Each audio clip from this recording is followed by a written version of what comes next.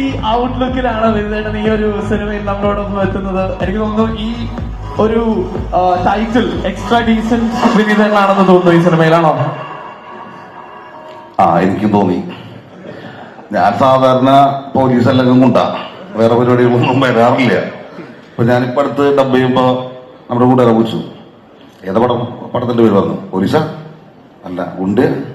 അപ്പൊ ഞാൻ പറഞ്ഞു ഇതൊന്നും ഇല്ലാത്ത വേഷങ്ങളില്ല പടത്തില്. അപ്പൊ സത്യം പറഞ്ഞാൽ ഇങ്ങനത്തെ വേഷങ്ങൾ വന്നു തുടങ്ങി.